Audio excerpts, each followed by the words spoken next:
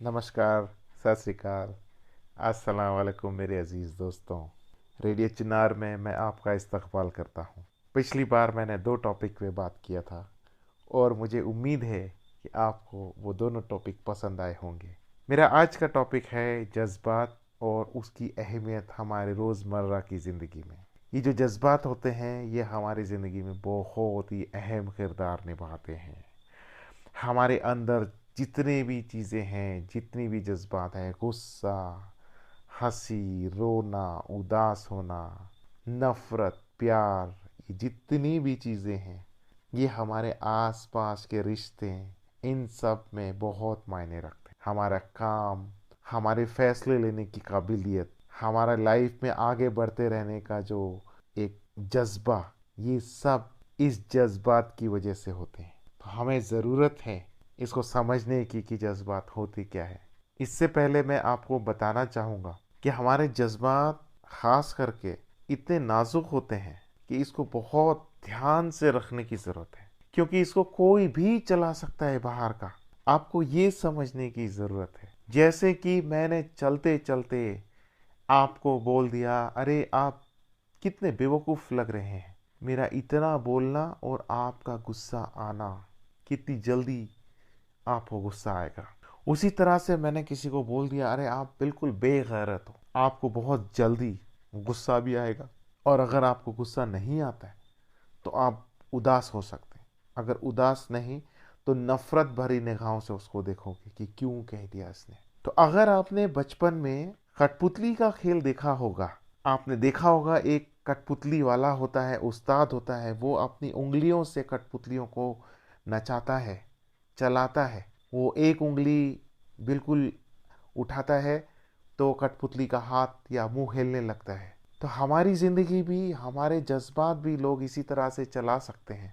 ख़ास करके नेगेटिव वाले, ख़ास करके जिसमें किसी का फ़ायदा हो या किसी को आपको तकलीफ़ में देख के बहुत ही अच्छा लगता हो। तो आज जो मेरी बात है, मैं जो रखना चाहता हूँ वो इसी पर रखना चाहता हूँ कि हमें कठपुतली की तरह नहीं रहना है। हमारे जज्बातों को हमने अपने हाथों से संवारना है, अपने हाथों से संभालना है। तो इवन हालात भी होते हैं जो हमें कठपुतली की तरह नचा सकते हैं। तो कहने का मतलब है सिर्फ इंसान नहीं, हालात भी ऐसे होते हैं जिसकी वजह से हमारा माइंड कठपुतली की तरह नाचने लगता है। उस हालात के हाथ में धागा है और वो खींचता है और हम हिलने लगते हैं। जैसे कि आप किसी इंटरव्यू के लिए गए और आप उसमें नाकाम हो गए और आपको खबर आई कि आपका नहीं हो सका इंटरव्यू, तो आप अंदर ही अंदर उदास हो जाते हैं, गुस्सा आता है, नफरत होने लगती है कि क्यों, पक्का कुछ भाईबंदी हुई होगी इसीलिए मेरा नाम नहीं आया।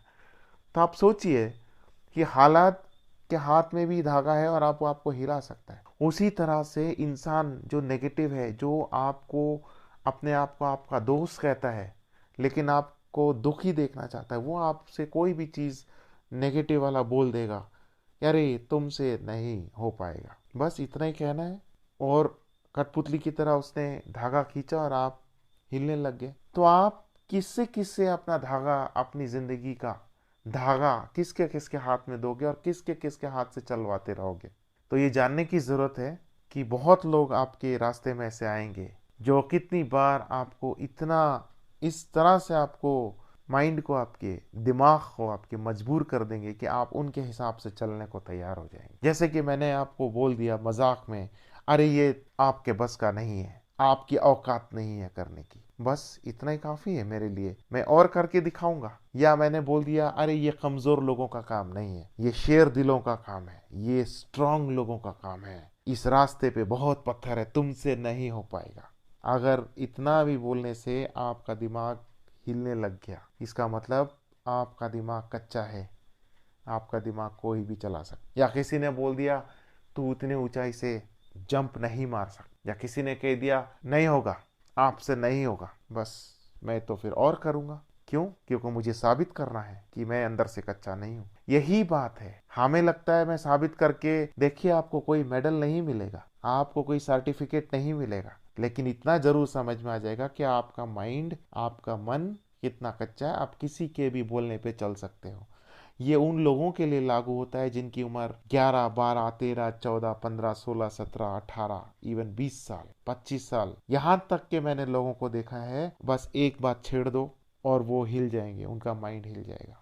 तो इसको कंट्रोल कैसे करते हैं, इसको संभालते कैसे हैं, इसको मैनेज कैसे करते हैं, ये आपको समझने की जरूरत है। मैनेज करने के 3, 4, 5 अच्छे अच्छे तरीके हैं। हालांकि मेरे पास इसकी जो लंबी फहरिस्त है मेरे पास, लेकिन मैं पूरी लिस्ट नहीं बताऊंगा। मैं कुछ 4-5 कदम बताऊंगा जिससे मैं समझता हूं कि आपके माइंड में हल्का सा भी इसकी समझ आ जाए और बदलाव आ जाए, तो आज का मेरा ये बोलना ये सक्सेस हो जाएगा। तो आइए पहले देखते हैं कि किस तरह से अपने ही जज्बातों को कैसे आपके हाथ में होना चाहिए। तो इसके लिए सबसे पहली 3 चीज अपनी जिंदगी में कोशिश करें कि आप ये 3 चीज से परहेज रखें। पहला, कंपेयर मत करिए किसी के साथ, बराबरी मत करने की सोचिए, क्योंकि आप जब जब बराबरी करने की सोचेंगे आपका माइंड उतना डिस्टर्ब रहेगा। जैसे ही आपने कंपेयर वाला आइडिया अपने माइंड में लाया, अपने ख्याल अपने जहन में लाया, इसका मतलब आप अपने आप को बहुत नीचा देख रहे हैं। आप ये बोल रहे हैं कि मैं इस चीज़ के काबिल नहीं हूँ, इसीलिए मैं वहाँ पे बराबरी करना चाहता हूँ। इसकी ज़रूरत नहीं है आपको भाई। आपको बराबरी करना है अपने खुद से करिए कि मैं कितना अच्छा हूँ, मैं इतना अच्छा बनना चाहता हूँ। मैं अपने आप से आगे जाना चाहता हूँ, ना कि किसी को देख के। अगर आप किसी को देख के आगे जाओगे तो मैं आपको इस चीज़ की गारंटी दे सकता हूँ, वहाँ तक पहुँच जाओगे, लेकिन आपको उसके ऊपर कोई और दिखेगा, फिर आप वहाँ पर जाओगे और कोई दिखेगा, इतने में पूरी जिंदगी निकल जाएगी और आप परेशान रहोगे। उसी तरह से मुकाबला, कंपटीशन, किसी के साथ कंपटीशन मत करो, आप डिस्टर्ब रहो किसी को दिखाने के लिए कि इसने मुझे गलत कहा था, मैं अब इसको दिखा के रहूंगा, और आप गलत रास्ता भी चुन सकते हैं। तो कंपटीशन में बहुत सारी जिंदगियां खराब हो जाती, बर्बाद हो जाती। कंपटीशन करना है, मुकाबला करना है, खुद के कल से करो कि आप कल क्या थे। जैसे कि मैं कल बहुत कम नंबर लाया था आज से 6 महीने पहले, आगे मैं बहुत मेहनत करूंगा और अच्छे नंबर लाऊंगा। मैं पिछली बार जो खेल था वो मैं सिर्फ खुश नंबरों की वजह से हार गया था। इस बार मैं मेहनत करके अपने आप को और अच्छा साबित करूंगा। खुद के लिए कंपटीशन कर।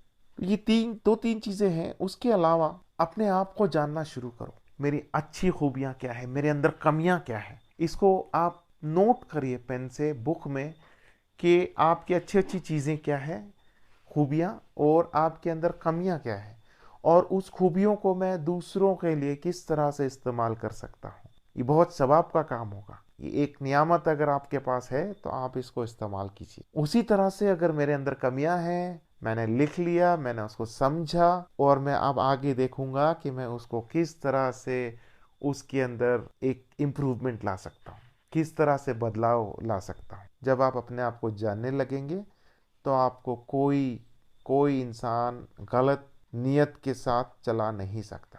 अगर किसी ने बोल दिया भाई आप बहुत बेगैरत हो, आपको पता है अंदर से, क्योंकि आपने पहले ही उस पे अपना एक काम किया हुआ है, आपने नोट करके खुद को समझा, तो आपको पता है आप बेगैरत नहीं, आपको बुरा नहीं लगा। कोई बोलेगा भाई आपसे नहीं हो सकता है, आप बहुत कमज़ोर हैं, आपको पता है कि आप कमज़ोर नहीं हैं, आपको बुरा नहीं लगेगा। नहीं तो बहुत लोग उस सामने वाले की बातों की वजह से गलत कदम भी उठा लेते हैं। आपको कोई बोलेगा अगर अपने आप को एक हीरो साबित करना चाहता है तो चल मेरे साथ, जरूरत नहीं है, क्योंकि आपको पता है आप अपने नजर में हीरो बनो, अपने माँ बाप की नजर में हीरो बनो, अपने प्रिंसिपल, टीचर, इन लोगों की नजर में आप हीरो बनो।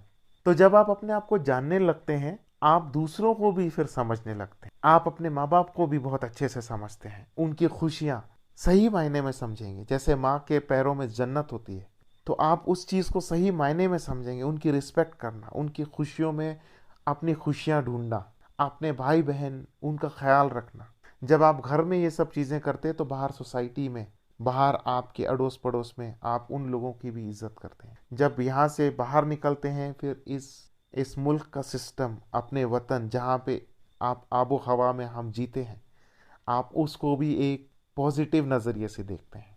तो कहने का मतलब है बहुत सारे लोग आपके रास्ते में आएंगे, आपको समझना है कि क्या सही है, और समझने के लिए आपको खुद को समझना ज़रूरी है, ताकि कोई आपको गलत चीज़ों के लिए गलत रास्ते पे ना ले जाए। अगर आपके पास किसी चीज़ का इल्म आधा है तो याद रखिएगा उस आधे इल्म का फ़ायदा एक दूसरा बंदा नेगेटिवली उठा सकता। वो ये बताएगा कि तुम्हारे पास कोई इल्म नहीं है, मैं बताता हूँ असलियत क्या है। वो आपकी आधी इल्म को भी तोड़ मरोड़ के आपके सामने पेश करेगा और आपको अपने हिसाब से ले जाएगा और यहाँ तक बोल देगा कि इस सिस्टम को बदलना है, चल मेरे साथ। हम चल पड़ते हैं बिना सोचे समझे। क्यों?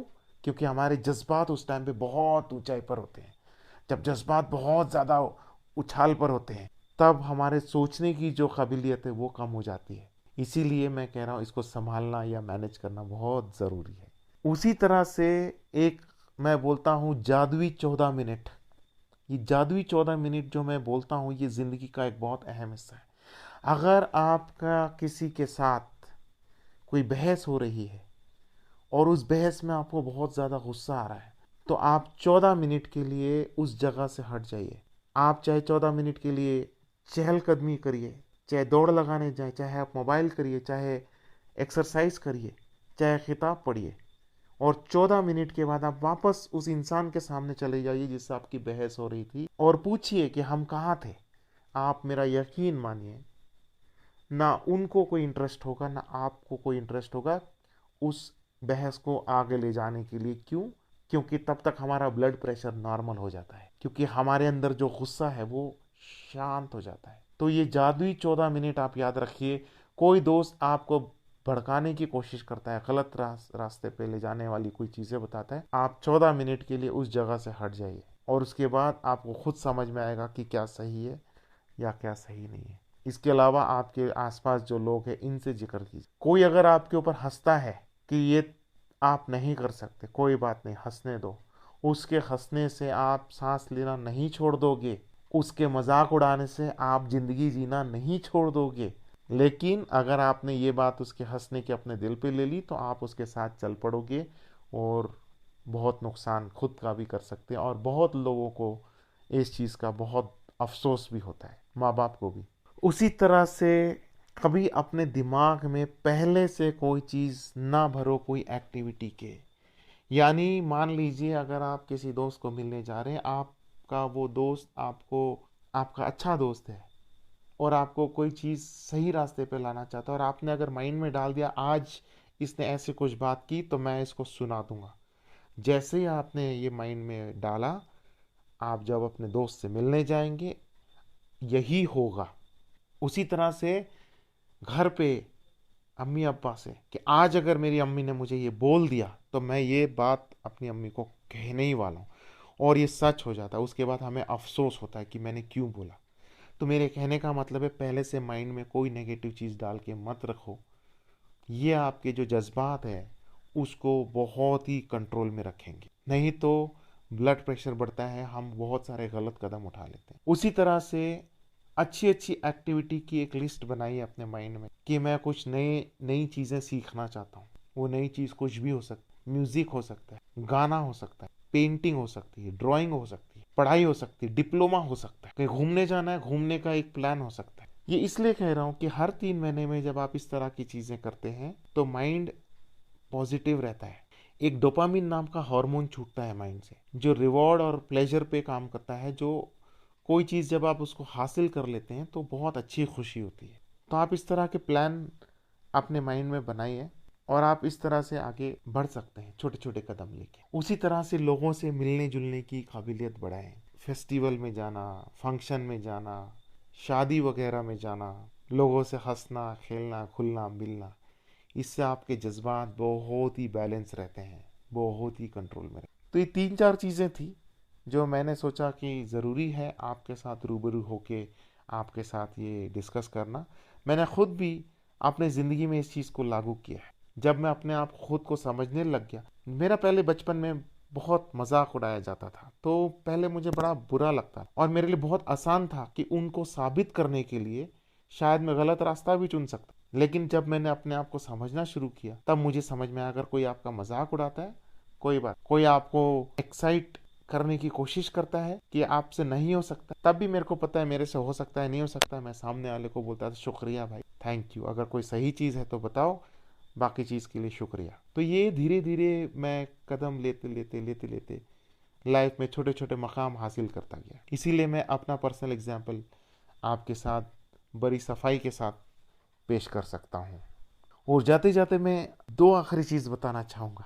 पहला, ये जो मोबाइल है ये आज की डेट में जो बोलते हैं कि सबसे जो बड़ा इन्फ्लुएंसर है, जो आपके दिमाग को ख़राब करने की जिसके अंदर काबिलियत है, वो इस मोबाइल में। अगर आप अपने जज्बात को भी बहुत अच्छे से कंट्रोल करना चाहते हैं तो मोबाइल पर भी अपना कंट्रोल रखें, मोबाइल के कंट्रोल में ना आए। सुबह उठते ही हाथ मोबाइल की तरफ चलने लगते हैं, कहाँ है मेरा मोबाइल। आप जिस दिन सुबह उठ के मोबाइल देखने की जगह अपने अम्मी अब्बा को मुंह देखोगे या फिर उठ के सबको सुबह सुबह अच्छी अच्छी बातें बोलोगे, गुड मॉर्निंग बोलोगे, तब लगेगा कि आपने अपने अंदर बदलाव लाना शुरू कर दिया। मोबाइल में बहुत सारी चीज़ें हैं, कभी नेगेटिव चीज़ें आएगी कि यहाँ ये हो गया, यहाँ बर्बाद हो गया, यहाँ आगजनी हो गई, क्या कर रहे हैं आप लोग। कोई चिंता की ज़रूरत नहीं। जब आपका टाइम आएगा, जब आप एक लेवल पर आ जाओगे, तब आपके समझ में आएगा क्या सही है क्या गलत है। लेकिन उस टाइम पे ये देख के बहुत ज़्यादा जज्बात में आके कोई गलत कदम उठाना जिससे कि माँ बाप को भी इसका बहुत अफसोस होगा, ये ना करें। क्योंकि अगर जब आप ये करेंगे तो आगे भी आप अपना माइंड इसी तरह से कोई ना कोई हिलाता रहेगा।